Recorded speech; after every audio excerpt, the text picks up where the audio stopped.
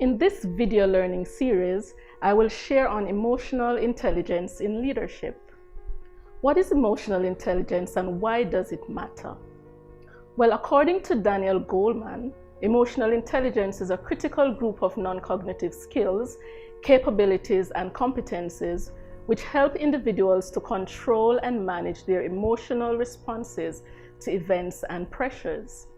In other words, emotional intelligence is 1, knowing what you're feeling and being able to handle these feelings without having them overwhelm you.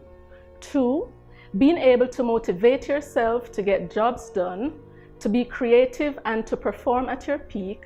And 3, sensing what others are feeling and handling relationships effectively. Research has shown that while intelligence and technical skills are important for leaders, these are essentially entry-level requirements for executive positions. Once you're in that executive position, it is emotional intelligence that pushes you to greatness. Emotional intelligence allows you to work well with other people, to perform effectively in high-pressure situations, and to deal calmly with emotive issues. What does emotional intelligence look like in leadership? According to Goleman, there are 5 emotional intelligence competencies. There is self-awareness, self-regulation, motivation, social skills, and empathy. Self-awareness is the ability to recognize and understand your emotions and needs and understand their effect on others. This ability is essential to leading self, which is a prerequisite to leading others. A chief executive that does not acknowledge his or her own flaws or blind spots, who tries to do everything by him or herself, who doesn't learn from mistakes and is unable to delegate, will likely fail. If you are self-aware as a leader, you can work to overcome your weaknesses either through personal development and learning new skills or by empowering others to use their skills. These leaders are confident, honest, direct, and consistent. Next, we have self-regulation. This is the ability to control disruptive impulses and moods, and suspending judgment to think before acting. These leaders have the ability to keep calm, deal well with pressure, and stay optimistic. These leaders are also clear, decisive, straightforward, and intuitive. Mastering leadership of self requires self-regulation, comfort with ambiguity, and openness to change. This is a passion to pursue goals with energy and consistency, and to work for reasons that go beyond money and status.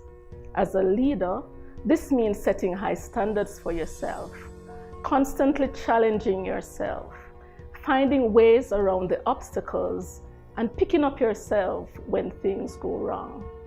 This is important to leading self, but also to leading others and leading organizations.